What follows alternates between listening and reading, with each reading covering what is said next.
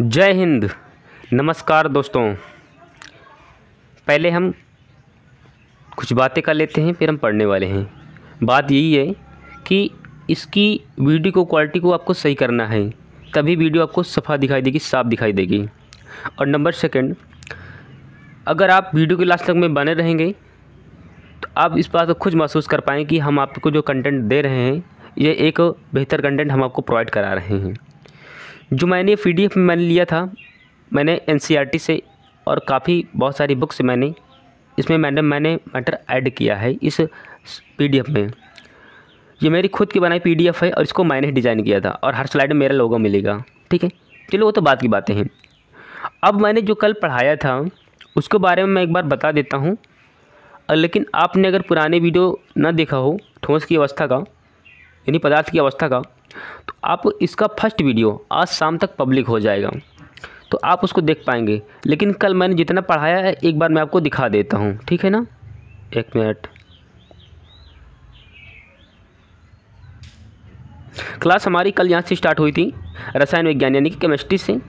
फिर मैंने आपको पढ़ाया था कि रसायन विज्ञान की डिफिनेशन यानी कि परिभाषा क्या है। फिर हमने आपको बताया था कि कौन सी शताब्दी में किसने किया था। ठीक है, इन सभी को मैंने प्रॉपर तरीके से, बेहतर तरीके से कराया था। ठीक है, फिर मैंने रसायन शास्त्र का शाब्दिक अर्थ बताया था, इसका मतलब क्या होता है। फिर हम लोग आपको पढ़ाया था द्रव और द्रव्य में अंतर क्या था, डिफरेंस क्या था। हम पदार्थ कहो चाहे द्रव्य कह दो, बात एक ही है, लेकिन द्रव्य अलग होता है और द्रव अलग होता है। तो कल उस वीडियो में हमने डिफरेंस करके भी बताया था, इसलिए हम आपको रिकमेंड कर रहे हैं कि आप उस वीडियो को जा कर के देखिए। नेक्स्ट, कल हमने पदार्थ की दो डेफिनेशन देखी थी, उन दोनों को भी हमने बेहतर तरीके से बताया था, फर्स्ट और सेकंड को, दोनों को। फिर हमने इसका एग्जाम्पल, इसका उदाहरण भी लिया था।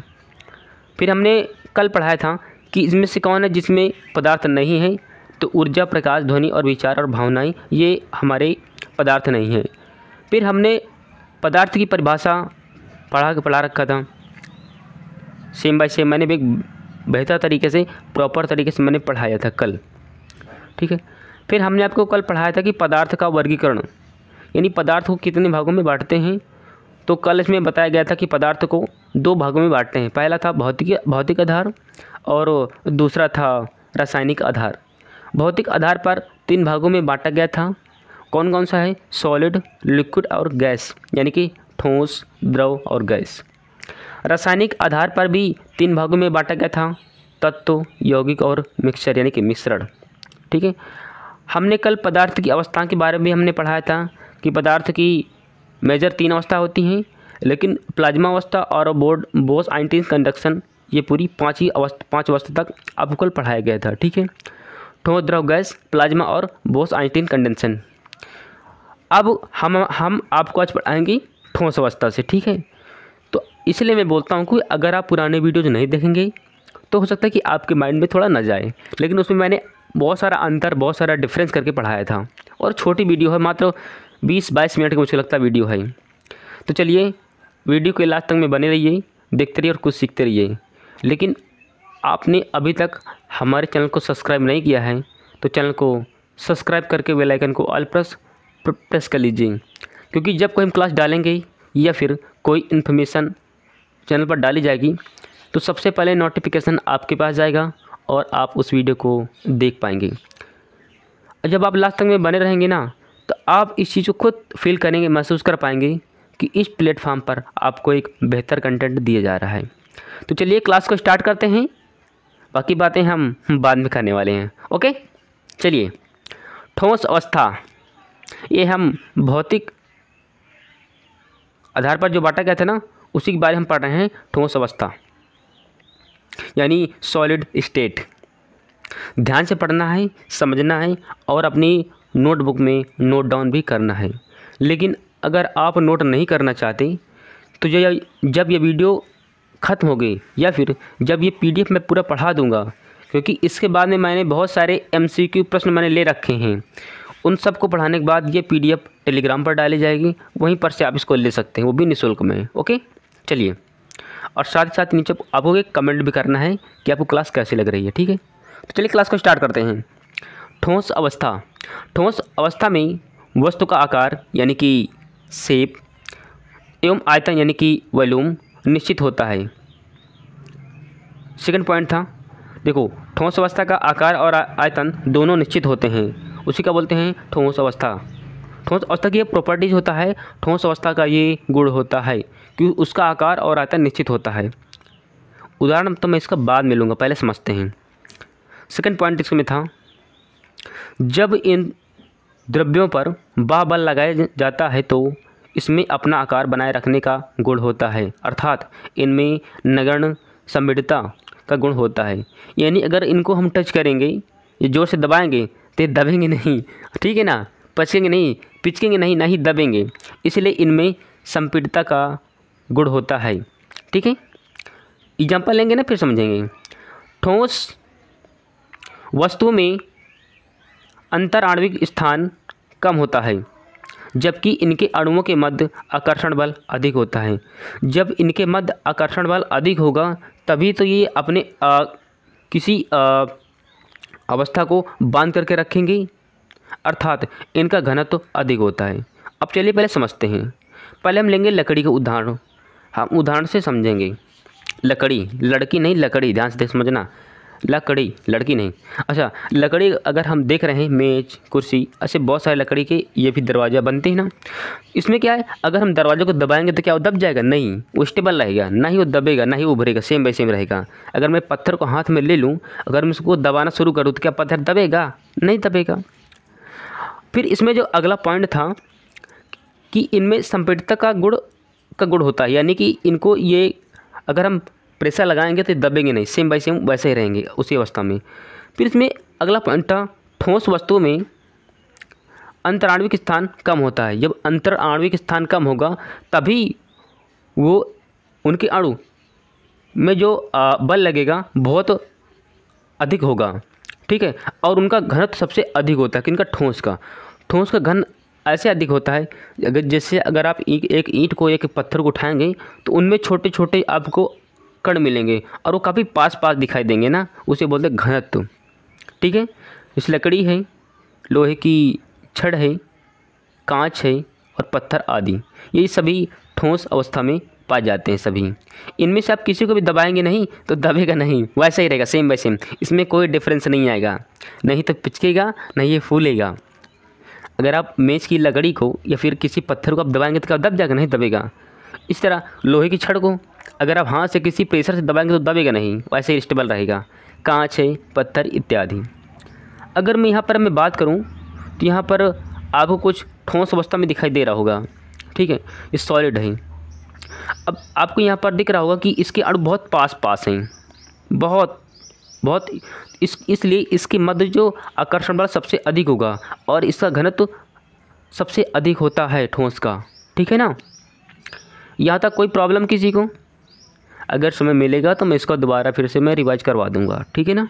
आगे बढ़ते हैं, पहले देख लेते हैं लिक्विड स्टेट यानी कि द्रव अवस्था। द्रव्य यानी कि मैटर और द्रव यानी कि लिक्विड। ये मैं कल भी आपको पढ़ाया था कि द्रव्य और द्रव में अंतर क्या है। ये आपका द्रव्य है, इसको मैटर या फिर हम पदार्थ कह सकते हैं ना, लेकिन द्रव बात अलग है। वो द्रव यानी कि लिक्विड, जो कि आपको ये दिखाई दे रहा है, ठीक है ना। इसमें बहुत सारा अंतर होता है, इसलिए मैं कल बेहतर तरीके से मैंने कल पढ़ाया था, ठीक है ना।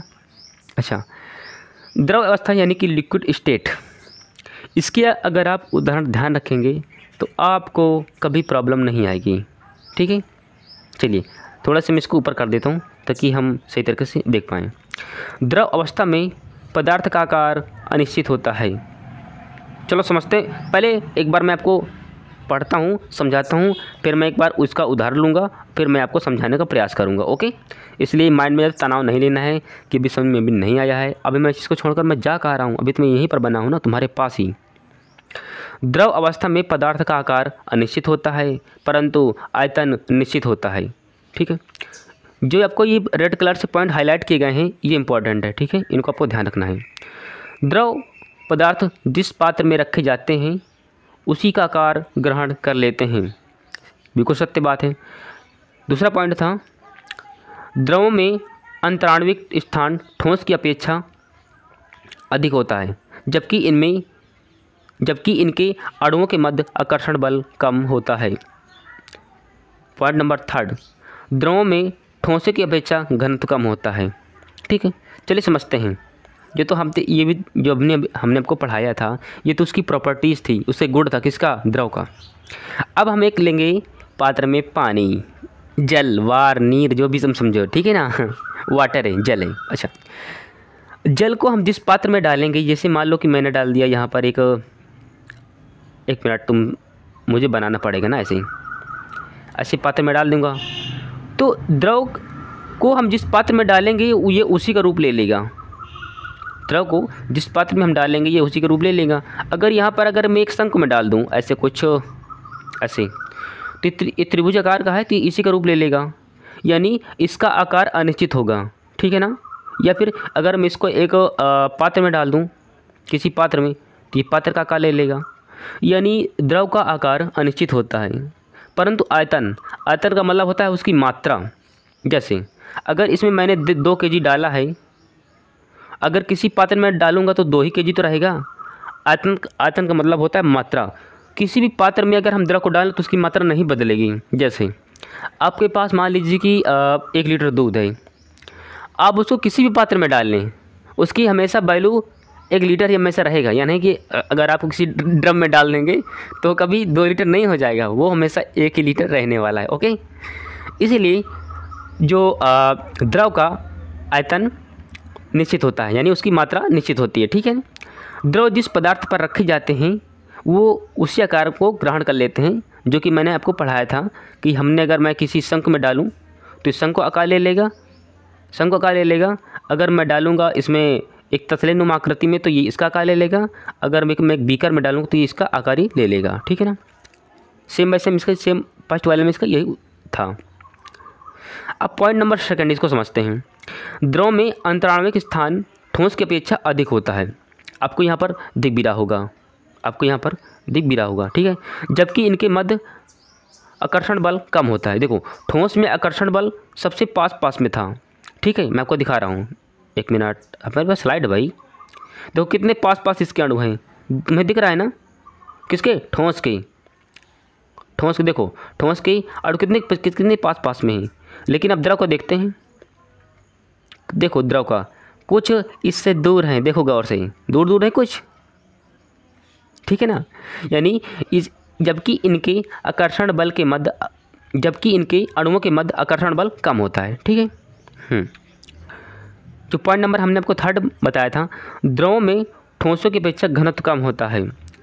घनत्व का मतलब होता है कि उनकी मात्रा कितनी स्थान पर है। जैसे कि ठोस में घनत्व सबसे पास में था, लेकिन द्रवों का उससे थोड़ा कम होता है। ठीक है ना, थोड़ा दूर होता है उसके अणु, ये था। जैसे कि दूध, जैसे मिल्क, ठीक है, जल है, तेल है, पेट्रोल है, डीजल, यानी सभी ये लिक्विड फॉर्म में आपको मिलेंगे। कोई प्रॉब्लम यहाँ तक भाई? तुम आ जाओ नीचे। यहाँ तक समझने में कोई किसी को दिक्कत मुझको नहीं लगता कि होगी इतना पढ़ाने के बाद भी।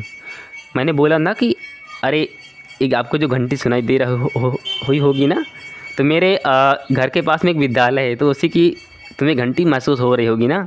ठीक है ना। चलिए अब हम बात करते हैं गैसीय अवस्था, यानी कि गैसेस स्टेट। आपको आता है, मुझे पता है। ठीक है, गैसीय अवस्था, इसका पहले हम आपको डिफिनेशन, जो इसकी जो प्रॉपर्टीज़ हैं या फिर इसके जो गुण हैं वो हम आपको बताएंगे, फिर हम एक उदाहरण लेंगे, फिर हम इसको सबको समझा देंगे। ठीक है ना। गैसीय अवस्था ध्यान से समझना है, जो भी आपको इसमें रेड कलर में दिखा है या आपको उसको ध्यान से नोट डाउन करना है, उसको समझना है। इसका PDF मैंने बोल दिया, अगर एक बार मैं दे दूंगा तो फिर ये मेरे लिए किस काम की है, तुम्हारी तो मैंने बनाया था। देखिए इसका फर्स्ट नंबर था, गैसीय अवस्था में पदार्थ का आकार और आयतन दोनों अनिश्चित होता है। ये प्रॉपर्टीज़ गुण हैं किसके, गैसीय अवस्था के। तो गैसीय अवस्था में पदार्थ का आकार और आयतन दोनों अनिश्चित होता है। ठीक है। सेकंड नंबर पॉइंट सेकंड,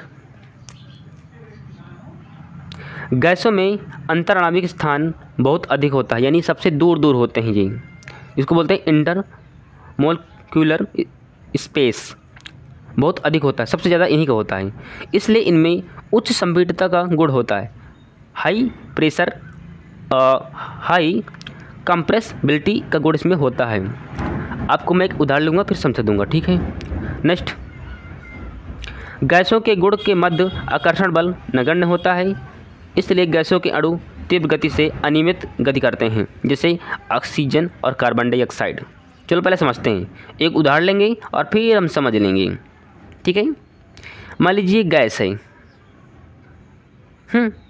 अच्छा, गैस को इसका आकार और आयतन दोनों निश्चित होता है। गैस को हम जिस पात्र में डालेंगे ये उसी का आकार और उसी का आयतन दोनों अनिश्चित होता है। देखो, अगर गैस की मात्रा दोनों अनिश्चित होगी और इसका आकार दोनों और आयतन दोनों ही अनिश्चित होने वाले हैं, किसका, गैसीय अवस्था का, ठीक है। अब मैं बात करता हूँ एलपीजी का, जिसको बोलते हैं लिक्विफाइड पेट्रोलियम गैस, ठीक है। जिसकी मैं बात करूं कि अगर आपके पास होता है क्या, गैस सिलेंडर जिस पर आप खाना बनाते हैं, होता है ना, उसको हाई प्रेशर लगाते हैं। जब हाई प्रेशर किसी गैस में लगाएंगे तो लिक्विड बन जाती है।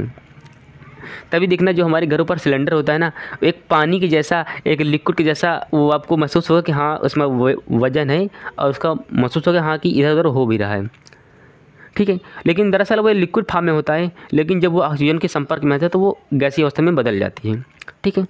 तो इसी तरह जब गैसों में अंतराणविक स्थान बहुत अधिक होता है, यानी इसके जो इंटर मोलिक्यूलर स्पेस बहुत अधिक होता है, यानी दूर दूर होते हैं, इसलिए इनमें उच्च संपीड़ितता का गुण होता है, यानी इसमें हम हाई प्रेशर लगा सकते हैं, यानी इसमें हाई प्रेशर का गुण होता है।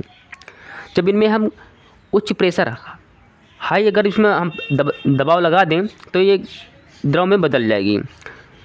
तभी तो जब कभी सिलेंडर, मैंने बोला था ना कि लिक्विड फॉर्म में आपको महसूस होगा कि लगता है कुछ पानी जैसा कुछ भरा है, ठीक है ना, लेकिन जैसे ये ऑक्सीजन के संपर्क में आता है वैसे ये गैसीय अवस्था में बदल जाता है, ठीक है। ये था पॉइंट नंबर थर्ड, गैसों के मध्य आकर्षण बल नगण्य होता है, यानी बिल्कुल नहीं होता, खत्म हो जाता है। नगण्य का मतलब होता है खत्म हुआ, नहीं होता है।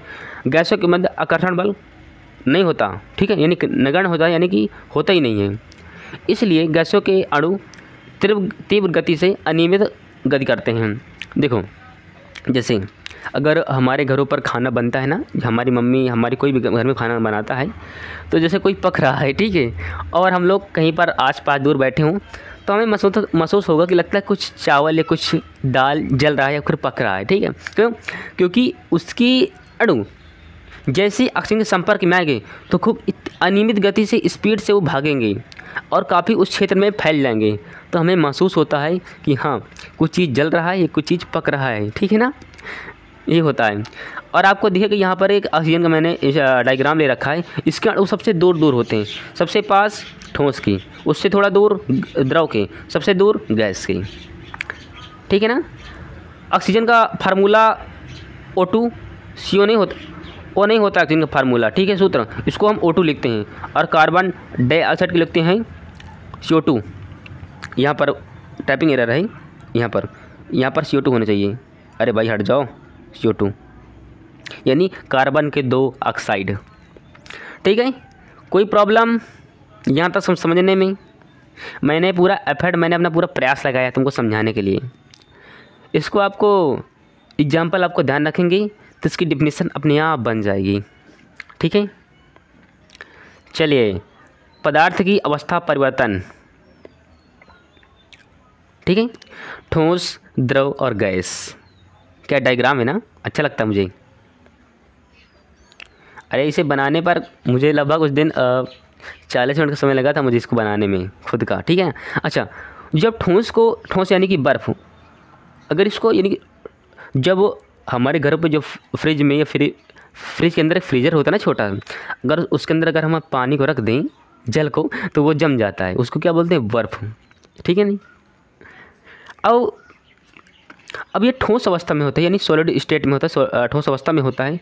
लेकिन अगर हम बर्फ़ को गर्म कर दें तो जल बन जाएगी फिर से दोबारा, ठीक है। यानी ठोस को जब हम गर्म करेंगे गर्म करेंगे तो वो द्रव में बदल जाएगी। और उसी को जब हम गर्म करें, किसको, द्रव को जब हम गर्म करेंगे तो गैस में बदल जाएगी। अब कैसे? जैसे हम घर में अपने कुछ बनाते हैं ना, क्या हमारे घरों में होता है कि खिचड़ी प्यार आता है ना, उसलिए हम बनाते हैं तो उसमें क्या, एक पात्र रखा जाता है, उसमें जल पहले डाला जाता है, वाटर, और शायद बाद में उसमें चावल वगैरह डाले जाते हैं ना, जो भी डालना होता है। तो अगर उसमें हम स्ट्रीमिंग करेंगे, जलाएंगे ना, तो जलाते ही रहेंगे ना, कुछ देर बाद वो गैस के रूप में जल उड़ता रहेगा। कुछ देर बाद उस पात्र में जितना भी रखा होगा जल, पूरा का पूरा वाष्प बनकर उड़ जाएगा, गैस बन करके। तो जब हमने एक द्रव को हमने गर्म किया है तो सीधे वो गैस में बदल जाएगा। ठीक है, ये इसकी प्रॉपर्टीज़ थी। यानी जब ठोस को गर्म करेंगे तो द्रव में होगा, जब द्रव को गर्म करेंगे तो गैस में बदल जाएगा। ये पदार्थ की अवस्था परिवर्तन था। अब ब्रह्मांड में, यह कह सकता हूँ कि संसार में, ब्रह्मांड में एक ही ऐसा तत्व है जिसको 3 अवस्था में मिलता है, ठोस में भी, द्रव में भी और गैस में भी। उसका नाम है जल, यानी कि वाटर, जिसका फार्मूला होता है H2O। ओके, कोई प्रॉब्लम? नो प्रॉब्लम कहते हैं ना, नो प्रॉब्लम।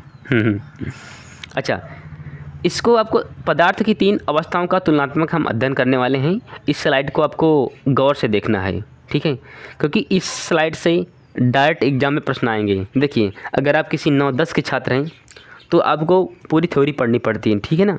लेकिन अगर आप एक कंपटीशन लेवल की अगर आप एक तैयारी करते हैं तो आपको पूरी थ्योरी तो नहीं पढ़नी पड़ती, क्योंकि आपको वहाँ पर आंसर्स लगाने होते हैं।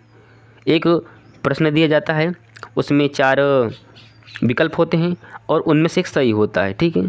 तो चलिए, आपको ध्यान से पढ़ना है हर पॉइंट को। मैं हर पॉइंट को आपको रिव्यू करता हुआ बेहतर तरीके से चलूँगा, ठीक है ना। इसको आपको दिक्कत नहीं लेना है। चलिए, घनत्व मतलब तो होता है डेंसिटी, घनत्व। अब देखो, घनत्व मतलब होता है कि कौन किस पास में उसके अणु हैं कि दूर दूर में उसके अणु हैं। जैसे कि कहते हैं ना घनी आबादी, यानी अगर जब घर किसी क्षेत्र में पास बने होते हैं ना, तो हम कह सकते हैं ना कि वहाँ पर घनी आबादी है। लेकिन अगर जैसे हिमाचल प्रदेश है जाएंगे ना, तो वहाँ पर आपको दूर दूर घर मिलेंगे, तो आप बोल सकते हैं ना कि वहाँ पर एक विरल या फिर विरल आबादी है वहाँ पर, ठीक है ना, ऐसा है। अब मैं बात करता हूँ कि डेंसिटी यानी कि घनत्व। तो ठोस का घनत्व सर्वाधिक था, उसलिए उसका अणु सबसे पास में थे, ठीक है ना। फिर उसके बाद में द्रव का, फिर सबसे कम गैस का। तो सबसे ठोस घनत्व किसका होगा? ठोस का। और सबसे कम किसका होगा? गैस का। ठीक है, आगे बढ़ें। अगर क्लास लाइव होती तो हम कमेंट करते तो कितना बेटर होता, पर क्या करें, इसमें लैग आना शुरू हो जाता है। लैग का मतलब होता है कि इससे क्लास, पता नहीं क्या मेरा माइक में प्रॉब्लम है, क्योंकि खिच इसमें आवाज़ आती है ना। एक बार मैंने लाइव क्लास ली भी थी, पर क्या करें। ठीक है, अब इसका जो पॉइंट नंबर 2 है, एक बार पहले मैं इसको मिटा देता हूँ ऐसे। इसका था आणविक आकर्षण बल, ठीक है, इसको बोलते हैं मोलिकुलर फोर्स ऑफ एट्रैक्शन। अंतराणविक बल ठोस में सर्वाधिक होता है, और जब उसमें अंतराणविक बल अधिक होगा तभी किसी अणु को बांधने की प्रवृत्ति रखेगा ठोस को। कोई भी पदार्थ जिसमें अंतराणविक बल अधिक होगा वो पदार्थ को बांधने का प्रयास करेगा, एक साथ जमाए रखने का प्रयास करेगा। तो सबसे ज़्यादा ठोस में, उससे कम द्रव में, और सबसे कम गैस में। तभी तो गैस के अणु सबसे दूर दूर होते हैं और ठोस के अणु सबसे पास में होते हैं। किसके कारण? अंतराणविक आकर्षण बल के कारण। ओके,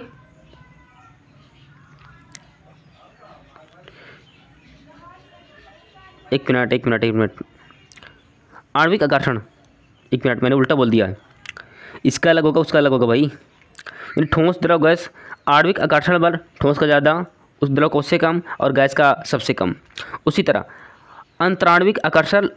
अंतराणविक स्थान सबसे ज़्यादा गैस का होगा। कैसे? गैस के अणु सबसे दूर दूर होते हैं।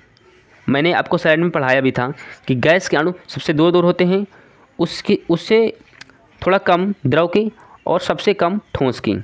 आपको पॉइंट नंबर 2 और पॉइंट नंबर 2 और पॉइंट नंबर 3 आपको ध्यान रखना है, इम्पोर्टेंट है। ठीक है, प्रसार, एक्सपेंशन प्रसार सबसे ज़्यादा गैस का होगा। गैस का तभी तो मैंने अभी एग्जांपल लिया था कि जब हमारे घर में कुछ बनता है तो गैस का प्रसार होता है। यानी कि कोई भी क्षेत्र में अगर कोई चीज़ जल रहा है, जैसे कि अगर मान लो कि एक क्षेत्र में एक टायर जल रहा है, तो उस क्षेत्र के सभी लोगों को मालूम पड़ जाए कि हाँ कहीं पर एक प्लास्टिक जैसा कुछ जल रहा है, क्योंकि गैस का प्रसार एक्सपेंशन सर्वाधिक होता है, उससे कम द्रव में और सबसे कम ठोस में। ठीक है। विसरण, फ्यूज़न। अच्छा, अब इसमें फ्यूजन किसका ज़्यादा होगा? गैस का। गैस का सबसे ज़्यादा स्पीड अगर मैं बात करूं गैस का, फिर द्रव का, फिर ठोस में। देखिए कि जब कोई गैस मान लीजिए कि किसी सिलेंडर का क्या बोला करते जो ऊपर से लगाया जाता है, मुझे ध्यान नहीं आ रहा, मान लीजिए ख़राब हो जाए या फिर गैस कहीं पर रिसाव करने लगे, तो गैस जिस क्षेत्र में फैलेगी पूरी में आग पकड़ लेगी। गैस का प्रॉपर्टी यानी कि डिफ्यूज़न की क्षमता सर्वाधिक गैस की होती है। ठीक है, उससे कम द्रव की और सबसे कम ठोस की। अगर सिलेंडर का रेगुलेटर ख़राब हो जाए और आग लग जाए तो आग जल्दी बुझेगी नहीं, क्योंकि उसका फ्यूज़न सर्वाधिक होता है गैस का। ठीक है ना। हाँ, यानी कि विसरण।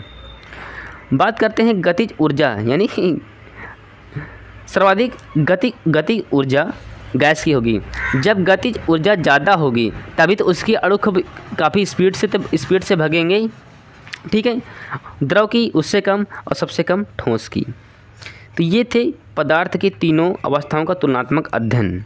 ठीक है, इसको पॉइंट को ध्यान से देखना है। हालांकि मैंने इसको पहले मिला दिया था, फिर इसको अलग अलग बताया था। ठीक है ना, दूसरे और तीसरे को, इसलिए आपको ध्यान रखना है। दूसरा और तीसरा आपको मिलाना, मेरी तरह मिलाना भी नहीं है। ठीक, मैंने ध्यान नहीं दिया था। दूसरा में था आणविक आकर्षण बल और तीसरा में था अंतराण्विक आकर्षण स्थान।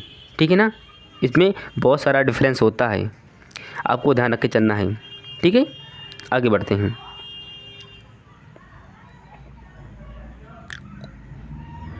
अब बात करता हूँ मैं प्लाज्मा अवस्था। ये पदार्थ की चौथी अवस्था है। ठीक है, जिसको बोलेंगे हम प्लाज्मा स्टेट। चलो देख लेते हैं। प्लाज्मा का कोई निश्चित आकार और आयतन नहीं होता है। बिल्कुल करेक्ट बात है। जैसे यह पदार्थ की चौथी अवस्था होती है, तो मैंने आपको स्टार्टिंग में पढ़ाया था जब हमने क्लास हमारी स्टार्ट हुई थी। ठीक है, प्लाज्मा गैसों की आयनीकृत अवस्था है, जिसमें धनावेशित आयनों तथा ऋणावेशित इलेक्ट्रॉनों की संख्या बराबर होती है। किसमें? प्लाज्मा में।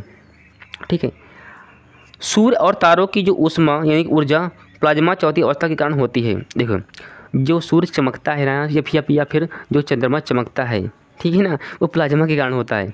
किसमें? हाई टेम्परेचर आपको दिखेगा यहाँ पर। ठीक है ना, कभी सूर्य में देखेंगे ना तो हाई टेम्परेचर होता है नाभिकीय संलयन के कारण। ठीक है, तो वो चंद्रमा के प्लाज्मा के कारण सूर्य और तारों की ऊष्मा प्लाज्मा अवस्था के कारण होती है। ठीक है ना, ऊर्जा उसकी।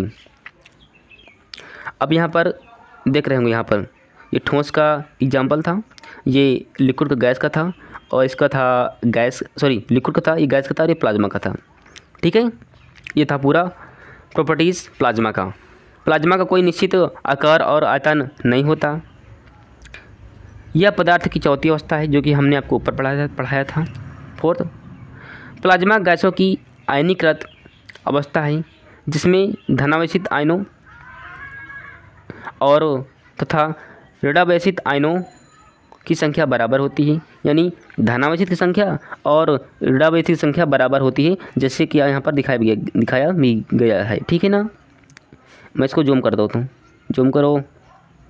अच्छा, देखिए यहाँ पर आपको प्लस भी मिलेगा और आपको माइनस भी मिलेगा, और इनकी सभी की संख्या बराबर होगी। चाहे आप अगर आप गिनेंगे तो देखो, रेड वाला 1 2 3 4 5 6 7 8, और साथ ये पीले वाले भी, माइनस वाले भी 8 होंगे। ठीक है ना, इसका प्रॉपर्टीज होता है, इसका गुण होता है किसका? प्लाज्मा का। ठीक है, सूर्य और तारों की ऊष्मा प्लाज्मा चौथी अवस्था के कारण होती है। जो सूर्य और तारे चमकते हैं, प्लाज्मा के कारण ही चमकते हुए प्रतीत होते हैं। जब हम हीट को ऐड को करेंगे, जब मैं हीट को ऐड करूँगा ना तभी ऐसी अवस्था आपको मिलेगी, ठीक है ना। ऐसे की ओर चली जाएगी, अरे भाई ऐसी की ओर चली जाएगी, ठीक है ना, जब मैं हीट करूँगा। चलिए अब हम कल पढ़ेंगे पदार्थ की पांचवी अवस्था, यानी बोस आइंस्टीन कंडेंसेट, पांचवी अवस्था, ठीक है। देखिए मैंने अपना पूरा एफर्ट, मैंने अपना पूरा प्रयास किया है, लेकिन अगर आप लास्ट तक में बने रहे होंगे ना तो इस पीडीएफ से आपका एक भी क्लास या फिर इस क्लास से एक भी प्रश्न आपके एग्ज़ाम में बाहर नहीं जाएगा, जहाँ तक मेरा प्रयास है। और मैं इस चैनल पर एक बेहतर कंटेंट देने का, यानी एक बेहतर कंटेंट प्रोवाइड कराने का मैं भरसक प्रयास करूँगा, ये मेरी जिम्मेदारी है, ठीक है। इसीलिए मैंने बोला था कि अगर आपने हमारे चैनल को सब्सक्राइब नहीं किया है तो सब्सक्राइब कर लीजिए, वो भी उसकी नोटिफिकेशन को ऑल पर, क्योंकि जैसे ही मैं कोई वीडियो डालूंगा तो सबसे पहले नोटिफिकेशन आपके पास जाएगा और आप उस वीडियो को देख पाएंगे।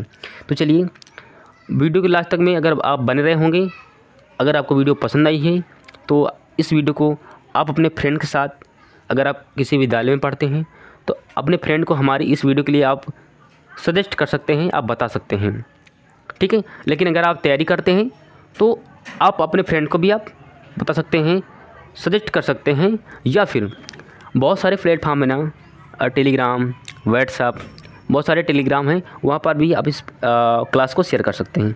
तो चलिए मिलता हूँ नेक्स्ट वीडियो में, तब तक के लिए जय हिंद, वंदे मातरम, खुश रहिए और मस्त रहिए।